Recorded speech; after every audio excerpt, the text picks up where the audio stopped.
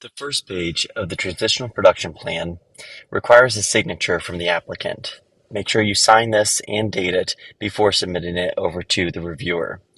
These bottom two lines are for the reviewer's signature after they've reviewed and approved the plan for official transitional status. The next page is going to capture the primary contact information. So we'll have the name of the operation, the addresses, as well as the physical address, mailing address, and billing address. If these are the same, it's all right to say so, but we want to make sure that we know where the operation is going to be located physically and where best to send mail. The following page is going to be where we capture the primary contact's information as well as any responsibly connected contact. In our example here, we have one operator, John Smith, as well as his wife, Amy Smith, co-owners of the operation, listed with their respective emails. In this introduction page of the TPP, we're going to be going through the checklist of what kind of animals these operators are going to be looking to transition to organic, as well as the respective sections that we're going to have to get through based on the animals that we're looking to transition. Make sure we go through and make sure we don't miss any piece. There's a lot of information to capture here before we can turn it in for review.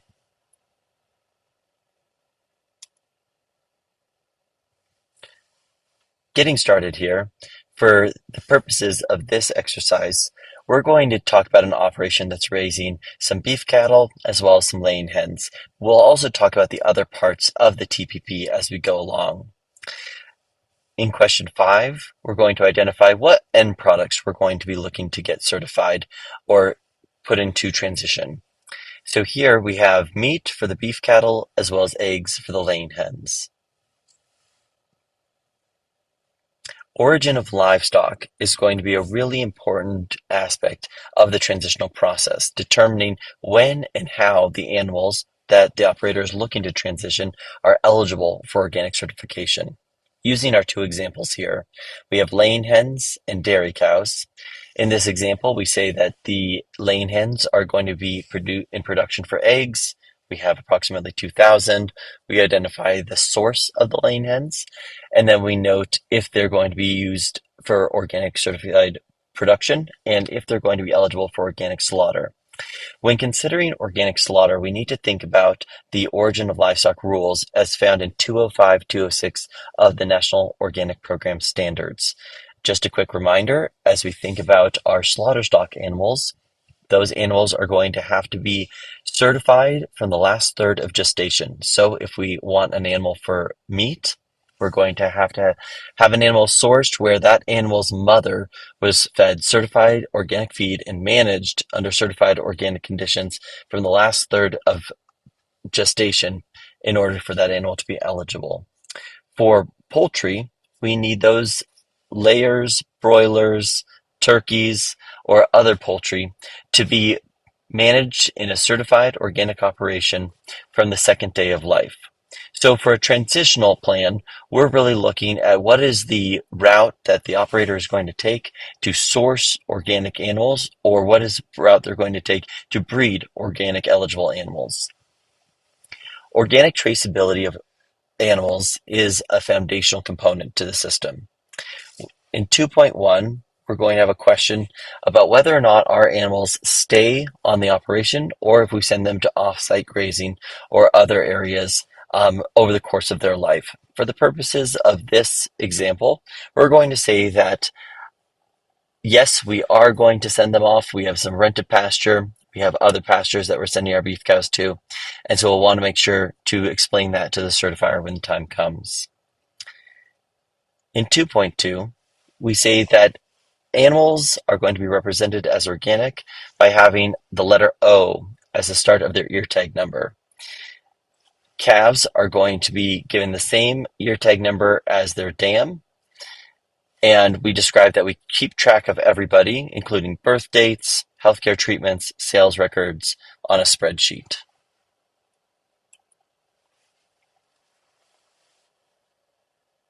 In 2.3, we have a question about how one is going to ensure that animals are managed organically from their last third of gestation as required by 205.236a. In this question, if we're only raising poultry, we would click not applicable because we're going to have that requirement that poultry be managed organically from the second day of life. But if we do have a mammal, we're going to be looking at either sourcing new animals once transitioning land is eligible to be certified, or we're going to have animals that are born on farm and documentation attesting that they were fed, that they were managed certified organic since the last third of gestation.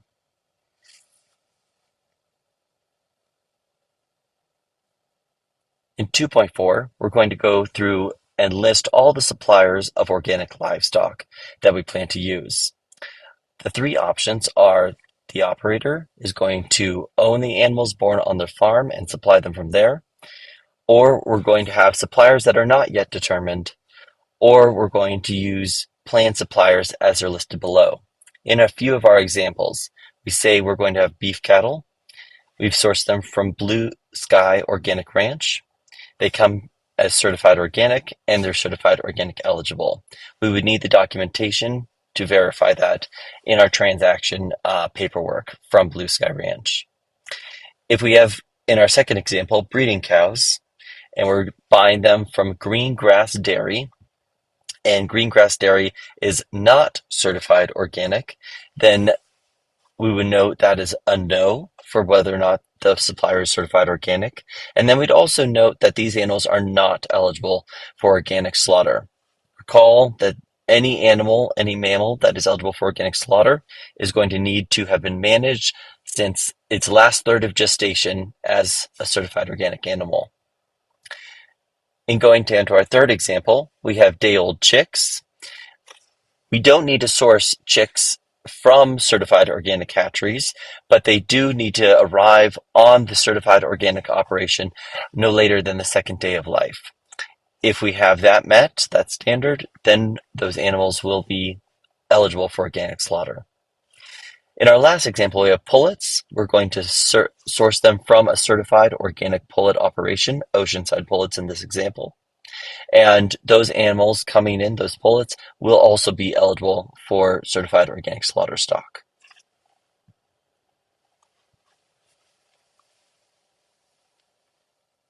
In 2.5, we inquire as to whether or not we have a system in place to determine the organic source and whether or not that source is currently certified organic. So we have a couple of options here. One, we can reference the organic entity in the Organic Integrity Database and look up their organic certificate there, or we can request a copy of the organic certificate. In this case, it's probably best practice to do both and make sure that we have a hard copy from the transaction as well as checking the Organic Integrity Database just to make sure everything matches on that certificate as well as the website. In question 3, for dairy-only operations, we're going to really be focusing on the transition and the origin of livestock component here. So in 3.1, has this operation ever been certified organic as a dairy operation before? If it has, and we say, yes, this operation has been certified as a dairy operation previously, this operation is not eligible to transition a new dairy herd at this time, then we would have to go down to the breeder stock question. But if this is a first-time applicant, so no, this operation has never been certified organic as a dairy operation, then the operation is eligible to transition animals as a new dairy herd, as described in 236A2. For context, if we're going to be transitioning animals, where we're going to be taking currently conventional animals, feeding them certified organic feed for a year, and then having them be eligible to milk as certified organic, we can only do that one time. There's a one-time transition rule. In 3.2, are you planning to transition animals as a new dairy herd? If we say no, that we're going to source once the land described in the TPP is eligible to be certified organic, we're again dealing with breeder stock. So we would skip down. If the answer is yes, that we do plan to transition a dairy herd while the land described in the TPP is transitioning, then we're going to have to ensure the timeline matches up so that that last third of transition of the land is also aligned with the full 1 year transition of the animals before they're eligible to be milked as certified organic. In 3.3, we're going to list our planned transition timeline.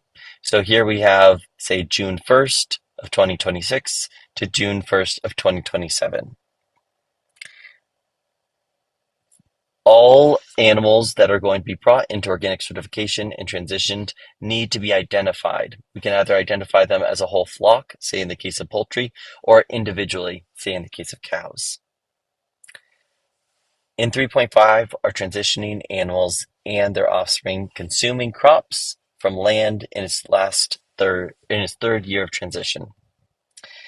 If the answer is no, solely certified organic forage or pasture is being provided. That's very easy, so that makes that answer easy. If we say yes, then we have to make sure that we've described in our transitional plan on the crop side how we're lining up that 12-month period to provide that forage, that nutrition for the animals so that they're eligible to be certified organic at the end of that 1 year. In 3.6, the question asks, how will you record and identify animal system clearly distinguishing transitioned animals from those that have been managed organically from their last third of gestation? We would need to be able to visually clarify which animals are going to be slaughter stock eligible and which animals are going to not be slaughter stock eligible but could be milked as certified organic. The distinguishing factor there is that we're going to have some animals that have been transitioned in. They will be eligible to be milked after that transition, but then when they're sold or culled, they're going to have to go into the conventional meat market. So we need a visual tag there. The example here is that we can tag these animals beginning with a unique number, or we could use a unique color. We just have to have a very easy system in place to distinguish who of the animals is certified organic for slaughter stock eligibility and who is not. In question 4, where we're talking about breeder stock, if we're going to be bringing in, say, a new herd of beef cows that are conventional and they're going to give birth to certified organic calves, or sheep that are going to give birth to certified organic lambs, those are always going to be breeder stock. We're never going to be transitioning those original mother stock animals to certified organic meat. They can only give birth to certified organic calves, lambs, or kids. So in 4.1, if we say that we're going to manage organic breeder stock, then we'll make the declaration whether or not they are kept on the operation year-round and whether or not they're going to be fed certified organic feed and managed from the last third of gestation forward as certified organic, thus making their offspring eligible for organic certification. In 4.2, when do you anticipate your breeder stock will be bred and have offspring?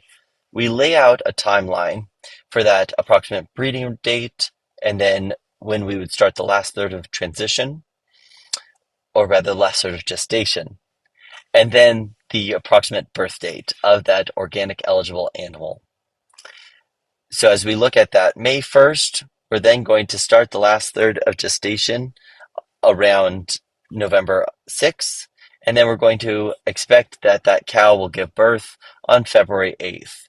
So that cow would need to be fed certified organic feed starting on November 6th in order for that calf to have the necessary number of days pre-birth to cover that last third of gestation to meet eligibility.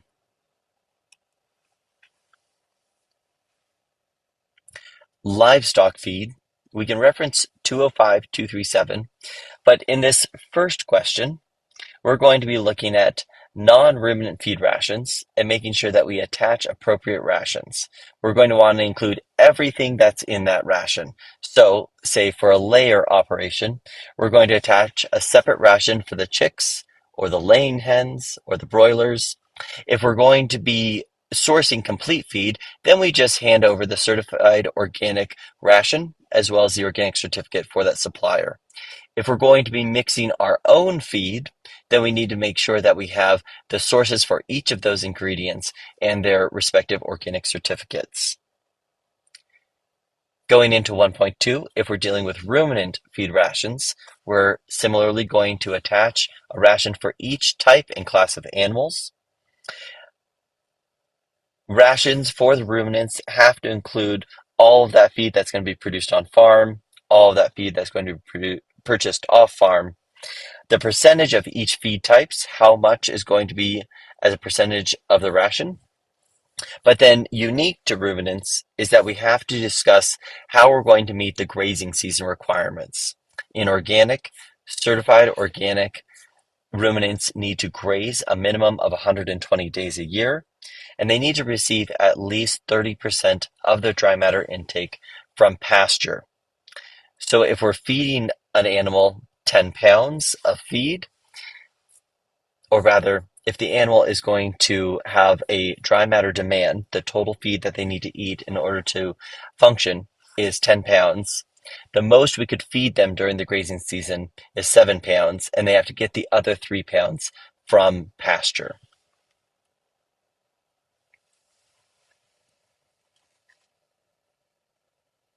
In 1.3, for feed as fed, we want to attach a sample of how we're going to record the amount of each type of feed actually fed to each group of animals.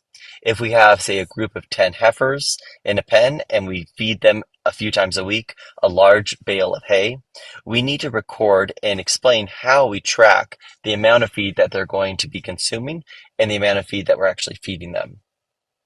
In 1.4, we want to list all of our suppliers for each type of certified organic feed that we're going to source. In this example, we're going to have alfalfa hay from Ron's Hay Sales or organic straw from Bob's Straw Sales. We want to make sure that we have an organic certificate as well as those transaction documents for when we purchase that feedstuff or that bedding. In 1.5, we're going to make sure that we have confirmed that the entity from whom we're buying organic feed is actually certified organic. We have a couple of options. Again, we can check the Organic Integrity Database, or we can request a certificate that we are going to be maintaining on file. It's always a good idea to do both, just to double check. But the Organic Integrity Database is probably going to be the fastest way to confirm eligibility as certified organic.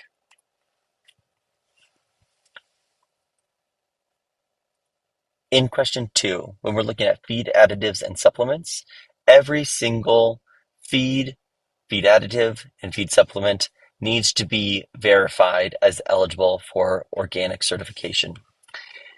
And so we want to list out all of our materials, who their manufacturer is, and why we're using them before we proceed with our transition plan. So we want to make sure everything is listed there and we have a really clear idea, as well as all of our supporting documentation for the materials that we're going to be supplementing or adding to the feed. In livestock care and production practices, we'd reference 205, 238 of the standards. Here we identify what are our preventative practices. For example, selecting a species and a type of livestock that's suitable for the site-specific conditions. We wouldn't expect to use a desert, a high heat bred breed of livestock up in the very cold northern climate, or vice versa. And so we want to be looking at these other options, example, establishing appropriate housing, providing conditions which allow for the exercise, freedom of movement, and reduction of stress. All of these are adding to complete a picture of how we're able to prevent any sort of sicknesses or any impairment of the quality of life of the animals. In the second question, physical alterations and medical procedures, this section we're going to clarify and articulate what are those physical alterations and medical procedures we're expecting to have done. For example, on a lot of operations, we're going to castrate most male animals fairly early on.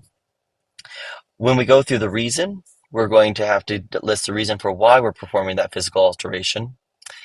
In physical alterations, the rule of thumb is always going to be that the earlier we can do it, the better.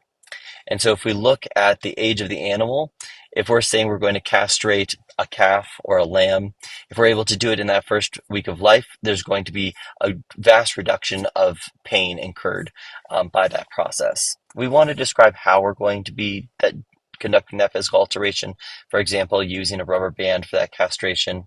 And then we want to identify who is doing it to make sure that if an operation is being conducted that really should be conducted by a veterinarian, we've identified it as such, or we're noting that the person who is going to be doing the procedure is qualified.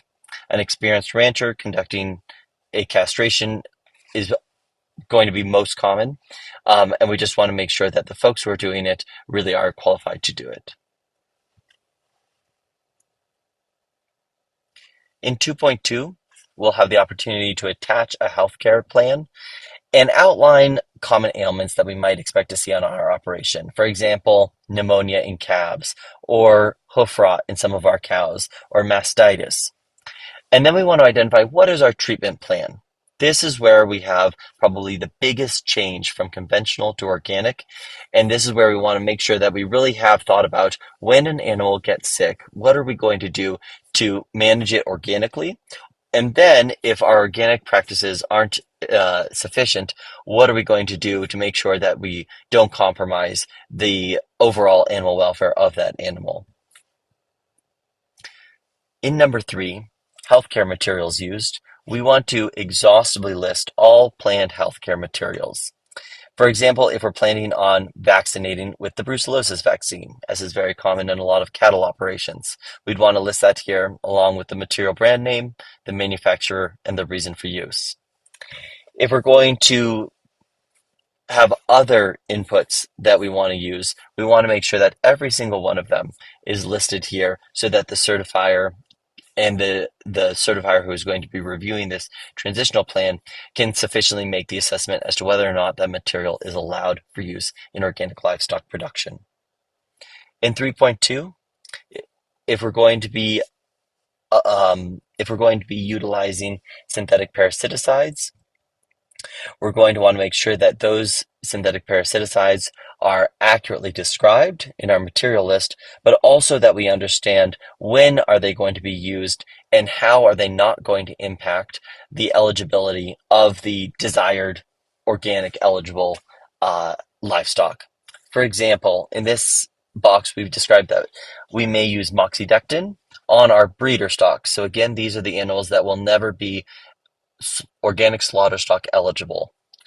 And in using that moxidectin, we're going to use it after weaning so that the calves of those breeder stock cows that are certified organic, they're not going to be getting any milk from a cow that's been treated recently with moxidectin. And also we would have to be before the last third of gestation for the next calf crop. So for this example, if we're going to be using moxidectin to treat a parasite outbreak on our breeder stock, we'd both need to make sure that any animals nursing are either weaned off and any animals that are currently in gestation are not yet in their last third of gestation. If either calves are weaning or the cows are in their last third of gestation, the calves that are impacted either through milk or are in utero would not then be eligible for organic certification. So that timing is really important here. In 3.3, any materials prohibited for use in organic production are used, such as synthetic parasiticides in slaughter stock or antibiotics. How does the producer ensure the treated animal is clearly identified? We need a consistent plan for how we're going to identify animals that are no longer eligible due to a material disqualification, and so that we can clearly identify them visually and make sure that they're not accidentally going into the organic supply chain. In this example, if we had to use antibiotics on a calf that got pneumonia, as recommended by a veterinarian, then we would have a system where we're going to tag that animal with a blue ear tag and then sell it as conventional say at the local livestock auction. So we have a clear means of identifying that animal and a clear plan for how we're going to ensure that animal is sold not as certified organic. In 3.4, again, theoretically, if we're dealing with organic dairy animals and we're treating those animals with materials that require a milk withdrawal period, we'd want to describe how the producer is going to ensure that the milk is withheld from the organic supply chain.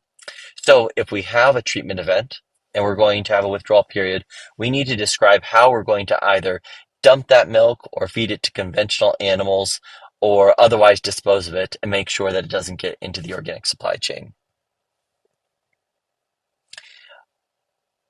In 3.5, for parasite control, we want to interrogate how we're planning on minimizing the exposure to parasites.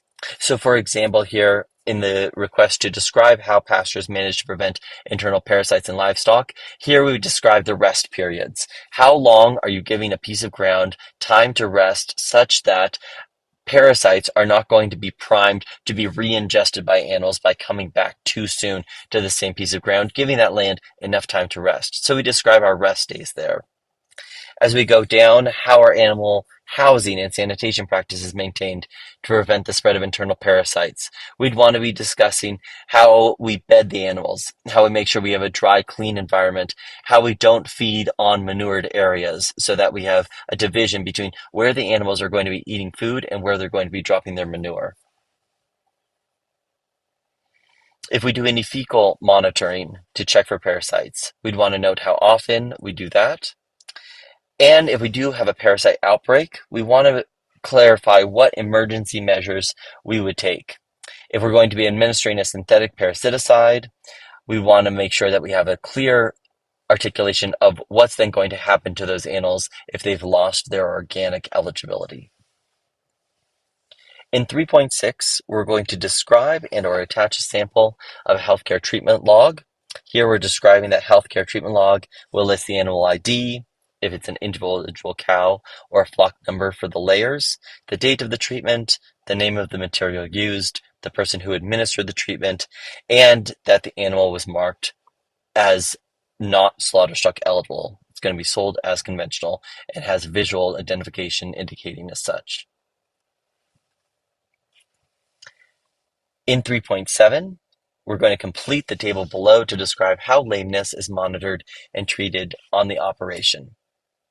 So if we're going to have a visual observation for lameness, we might say we do it daily or we do it weekly. We do it at whatever frequency we're able to observe those animals. If we're going to detect lameness and then we're going to treat it, we want to understand and articulate here, what is that timeline? How are we identifying an animal that's lame? How long are we giving them to either heal up or to then intervene? Identifying typical sources of lameness is going to be this third question. If we have changes in conditions, say sand cracks in cows, or we have really rough, rocky pasture that bangs the cow's hooves up, that would be an opportunity to describe where do we expect lameness to come from. In this last question, we're going to identify what efforts are going to be taken to minimize lameness in the operation.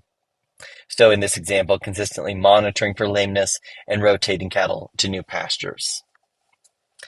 In the event that we do need to conduct a euthanasia event, we want to clarify how we're going to do it and ideally identify who is going to be responsible for conducting that.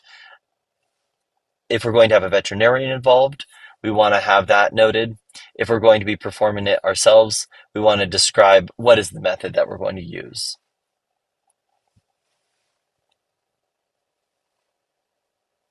In mammalian and non-avian living conditions, referencing 205-239 of the standards, we want to go through this checklist and note what efforts are we putting forth to manage the living conditions of these mammalian or non-animal livestock that we have.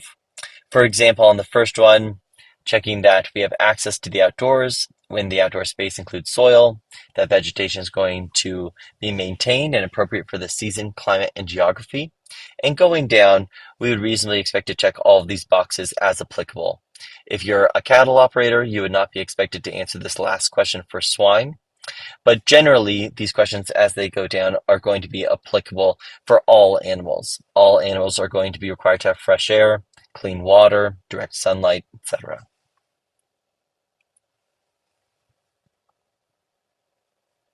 In 1.2, are mammalian livestock ever kept in housing with stalls? If most of your animals are going to be pasture-based, then they're going to be outside and not kept in individual housing. Then the answer would be no here. But if we do stall animals, say in a dairy context, then we're going to want to note that and identify how that stall is being used. In 1.3, we're going to articulate any structures that are used for housing animals. For example, if we have a home barn as the name of the site, and then the physical address, and then we have the size in square feet, and then we note what animals are going in there, what class of animals. So in our first one, we're talking about a 2,000 square foot barn that houses all the swine, say the sows, the feeders, the weanlings. If we're going to have this barn one in the second example, and it's 20,000 feet, and we're going to have cows and calves in there, we just want to articulate who is going to be expected to be found in these structures. In 1.4, where we describe how animal housing, pen runs, and equipment and utensils are properly cleaned and disinfected as needed. If we don't yet have those standard operating procedures established, we can check so here. But if we do have an idea and we want to describe it, then we'd use this box to do so. So in this example, cattle housing is continuously rebedded with certified organic straw to keep it dry and clean. Full bedded pack is cleaned out monthly. In the case of the chicken barn, it's bedded with wood chips every week. And this is a description opportunity to show how are we keeping all housing clean, dry, sanitary, and overall making it conducive to keeping the animals in good health. As we go down to question 2 for temporary confinement, animals may need to be temporarily confined, but we need to describe the reasons that they're going to be temporarily confined, as well as the stage of life. In describing the conditions under which the health, safety, or animals' well-being is going to be jeopardized, we would describe that here. If we live in an environment or farm in an environment where having animals out on pasture outside might risk soil or water quality, we could describe that here. If we're using temporary confinement for preventative healthcare procedures or for the treatment of illness or injury, we would describe that here. And then if we're confining animals for sorting or shipping for livestock sales, we could describe that here. In the case of our example beef operation, we would have cattle confined and sorted for shipping. For those 3 marked NA above, just for the specific example we're using with the beef operation, we didn't have any reasons to confine them for these instances. Going down and looking at breeding, if we're going to have animals confined for breeding, then we're going to note why and when. If animals are going to be confined for artificial insemination, then they shouldn't be confined any longer than necessary for natural breeding or to perform artificial insemination. The second bullet, animals may not be confined to observed estrus. And the last bullet, animals may not be confined after breeding to confirm pregnancy. So animals need to get back out fairly regularly.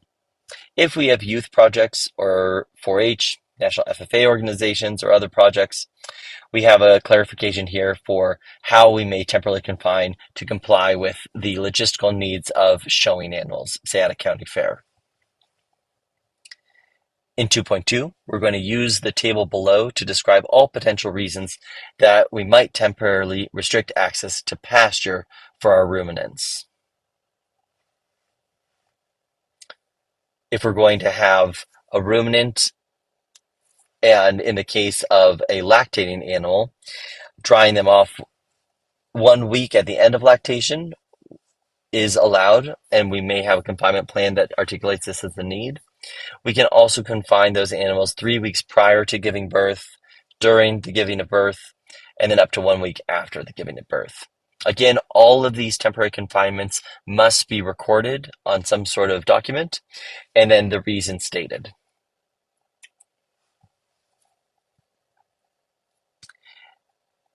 In the case of newborn dairy cattle, they can be confined for up to 6 months, after which they must be put onto pasture, and they don't have an exemption from the pasture rule. If we're going to be confining our baby calves, then we need to articulate that here, of the type of duration and the details about the confinement. If we have fiber-bearing animals and we're going to confine them for short periods of time, we describe that here. In the case of dairy animals, if we're bringing them in twice or 3 times a day for milking, then we're going to describe how we have a reasonable duration of which they're going to be confined prior or during milking and then returned back to the outdoor areas or back to pasture if it's during the grazing season. In 2.3, we're going to describe and or attach a sample of temporary confinement logs maintained to describe instances of temporary confinement. So here we're saying that temporary confinement log will include the animal or the flock ID, the date of confinement, the reason for confinement, and the duration of confinement. How long did we confine them? In 2.4, if we have any animals being placed in yards or feed pads, feedlots, or laneways, we're going to have a series of questions here. As we see, ruminant slaughter stock, typically grain finished, will be maintained on pasture for each day that the finishing period corresponds with the grazing season. If we're going to be finishing animals on grain, they still need to have access to pasture. So we're going to go through each of these questions if they apply to our respective operation. In the pasture practice standard, we're going to have to capture a decent amount of information here for all ruminants. So they ask in the first question, the start of our grazing date, what is that date? So here we put down May 1st, and then our ending date as December 1st. This is the beginning of the grazing season and the end of the grazing season. In 1.2, we describe the types of pasture provided to animals to ensure feed requirements are met. So here we describe that we have some perennial pasture, we could have some native pasture, perennial pasture, say being a mix of grass and alfalfa, native pasture, cover crops, alfalfa grass that's from a hayfield but that we're going to graze off, all types of pasture we want to describe in here. In 1.3, describe how pasture is managed to ensure it's of sufficient quality and quantity for all ruminants. In this example, we say that manure consistency is going to be monitored, and that gives us a reading on how well that animal is doing processing the protein in the fiber of the pasture, whether or not it's really, really high in protein, you'd see a runnier condition, or really, really low in protein, you'd see more compacted manure. In 1.4, describe the grazing methods used and or planned for use. And so if we're going to be using rotational grazing, or we're going to have extensive grazing where we put animals out on a really large field, if we're going to have mob grazing where we're moving them intensively around an operation, we just want to note that here. In 1.5, we're going to attach a description and map of the pastures used for grazing organic ruminants. And on those maps, we're going to identify the location of the pastures, the size of the pastures, what those pastures are named, the identification of the pastures, location and types of permanent fences, location and sources of shade and water, and then describe practices for erosion control and protection of wetlands, riparian areas, as well as adjacent land use. In these maps, we're primarily looking for where are these fields, what do these fields grow, how much are they going to contribute to the animal nutrition plan, and how are they protected, just like any crop field, from neighboring land activities. Moving on to avian living conditions. If we have living conditions for our birds, we're going to go through this list and make sure that all of these are reasonably part of our plan. Things like access to the outdoors or shade provided by structures, shelter, exercise areas, fresh air, direct sunlight. This is a really great opportunity to audit the system and the plan for the facilities that we're going to be housing these birds in, and making sure that we're not missing any one of these checkboxes. If we are, we want to circle back and talk with the certifier about it.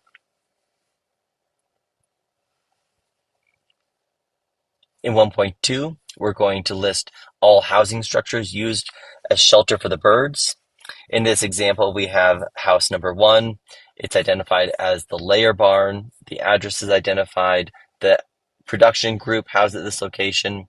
If we just have one flock, then we might identify it as flock A. We want to identify the size to make sure that there's sufficient square footage per bird inside that building, and then showing that how many birds we're planning on putting into that building so that we can do that math. In 1.3, we have a question about how much artificial light in a 24-hour period is provided. The most artificial light we can provide to any poultry are going to be 16 hours per 24-hour period. In this example, we can give our number of hours that we're going to have the lights on, say 16 hours. If we don't use any artificial light, then we could check that NA box. For indoor specifications, and this is where we want to make sure we pay very close attention to each of these boxes and what it's asking. As we look to the third column over, poultry house number 1, we're going to answer some questions here, such as the name of the house and how many birds are put in there. As we see, we need at least 1 linear foot of exit area for every 360 birds. And so we want to do the math to make sure that we take the number of birds divided by 360, and that's how many minimum linear feet of door to exit out of the building would be required. As we look to the perches, we're going to need 6 inches of perch space per bird. And we want to note how many birds, what percentage of the flock can perch at any one time given the linear perch space. Going down to the bottom row, we're going to say for our type of housing, what is our entire square footage area? And if we're having a solid floor or a slatted floor, we want to pay attention to what type of housing we're utilizing, and then note what our respective areas are. We can show our math right here, and then this will all be reviewed by the reviewer, who can then flag if there's not sufficient space or they need more information. But we want to try to fill as much of this out in our initial application as we can. In 2.2, we're going to identify our stocking densities that apply to our production system. In calculating these stocking densities, say for pullets, our example shows that we're estimating, or we've weighed out, that each of the bird is going to weigh 4 pounds. In this example, we have 2,000 birds. That's going to be 8,000 pounds of bird. In this example, we have 10,000 square feet of space, or about 5 square feet per bird. So we just want to look at these 2 example calculations, and then in looking at the required stocking density for each type of bird, we have the minimum requirement of square feet per bird. So we can check very quickly, are we in compliance with the amount of square feet we have, or do we need to reduce our stocking rate in order to comply with the amount of housing square footage that we have available? In question 3, we're going to fill out our outdoor specifications. In this example, we're talking about our layers, and so we have, say, 1 acre available for 2,000 birds. That'll be 43,560 square feet for 2,000 birds, and we need at least 3 square feet per bird. And so in this example, if we have an acre available, that's going to be far in excess of our minimum requirement of 3 square feet per bird. In 3.2, when we are identify what the makeup of the outdoor area is, we want to show that at least 75% of the outdoor space needs to be soil. In most cases, 100% of it will be soil, but we want to make sure that's true in case we have a concrete apron or some other non-soil area in the outdoor access area. We need at least 75% of the outdoor access area to be covered in vegetation. And so we want to make sure that we've done a good job identifying areas that are going to be able to be seeded and maintain some sort of plant life over them. We want to clarify what our vegetation cover is. And so in this example, we're using a grass clover mix. In 3.4, they ask, what age are poultry encouraged or trained to go outside? And that's where the operator actually is planning on pushing them outside and making sure that they get outside so they can come every day that the weather allows to spend some time outside. In this example for us, we say that we have 16-week-old birds and they're going to start going outside, being trained to go outside at 16 weeks. In question 4 for temporary confinement, we're going to fill out this table for why we would be temporarily confining the birds. For example, inclement weather. We are allowed to confine the birds if it's colder than 32 degrees Fahrenheit outside or hotter than 90 degrees Fahrenheit outside. We want to identify how often do we think that that confinement is going to occur in the right-hand column here. If we have a stage of life confinement, say for the first 4 weeks of a broiler's life or the first 16 weeks of a pullet's life, then we can note that here. If we have conditions under which the health, safety, or well-being of the animals could be jeopardized, we'd articulate that here if we're going to be planning on confining them. If we're going to risk soil and water quality, say we live in an area that has really, really heavy rain events, and if we let animals out on that soil after a heavy rain event, we could damage the plant community. We could articulate that instance here. As we go through the preventative healthcare procedures, if we're using temporary confinement as a preventative healthcare procedure or for the treatment of an illness, we'd want to really clarify what is that illness or injury that we're preventing. If we're going to be sorting or shipping birds and sending them to poultry sales, we would identify the context here. For nest box training, provided that birds shall not be confined any longer than required to establish proper behavior, we can articulate what is our period of nest box training in this box. If we're going to engage again in youth activities, 4-H, national FFA organizations, or youth projects, then we're going to want to describe what is the duration we're expecting to be out with the animals temporarily confined, say for show or transportation. On transportation and slaughter, we're going to articulate and note what animals are going to be transported. In this instance, we're talking about culling cows, shipping finished animals to slaughter, or moving them to pasture. We're going to identify our animals with ear tags and with hot iron brands. And we need to note this list of practices that must be utilized for transporting animals. For example, all livestock must be fit for transport to buyers, auctions, or slaughter facilities. Calves must have a dry navel cord and be able to stand and walk without human assistance. If you're not dealing with shipping calves, we can leave that blank. Seriously crippled or non-ambulatory animals are not transported for sale or slaughter. Such animals are medically treated or euthanized, so that's going to be a requirement. Adequate and seasonal appropriate ventilation is provided during transport to protect animals against cold and heat stresses. During any transport and prior to slaughter, bedding is provided on trailer floors and in holding pens as needed to keep livestock clean, dry, and comfortable. And then lastly, records for transportation must be maintained and available for review by certifying agents when an operation is certified.